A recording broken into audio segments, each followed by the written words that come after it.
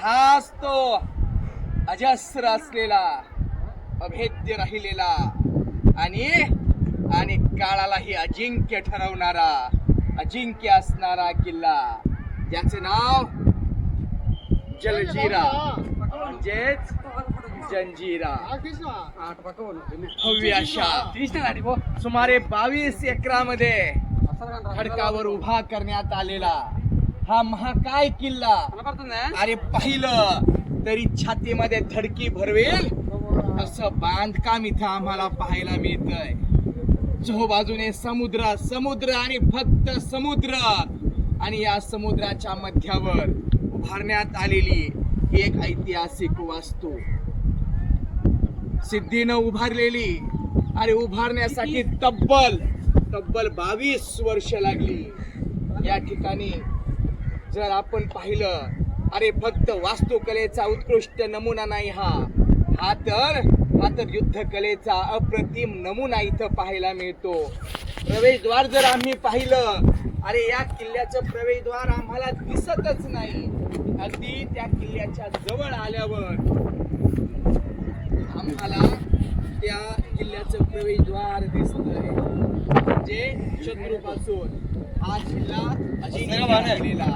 हे त्यामुळं छत्रपती शिवाजी महाराजांनी हा किल्ला जिंकून घेण्यासाठी प्रयत्न केलेले, यश आलं नाही, पण सिद्धीवरती अंकुश ठेवण्याचं काम मात्र माझ्या शिवाजी महाराजांनी नक्कीच केलं.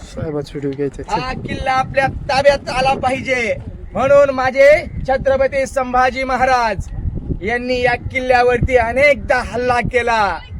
किल्ला ताब्यात येणार होता, पण इंग्रज, डच, फ्रेंच चोहोबाजूने शत्रू चालून आले आणि हा किल्ला संभाजी राजांना आपल्या ताब्यात घेता आला नाही. पण या किल्ल्यावर सिद्धीवर अंकुश ठेवण्यासाठी मागच्या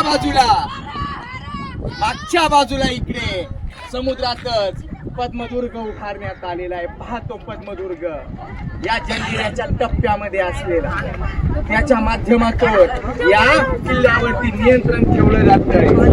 असा हा अभेद्य अजिंक्य असणारा जलदुर्ग म्हणजे जंजिरा पाहण्यासाठी आज आपण इथं आलो. माझ्या राजाचा मावळा असल्याचा अभिमान वाटतो की हा किल्ला आज आम्ही सर केला. जय हिंद. छत्रपती शिवाजी महाराज की जय. छत्रपती संभाजी महाराज की जय. जलजीरा म्हणजेच जंजिरा.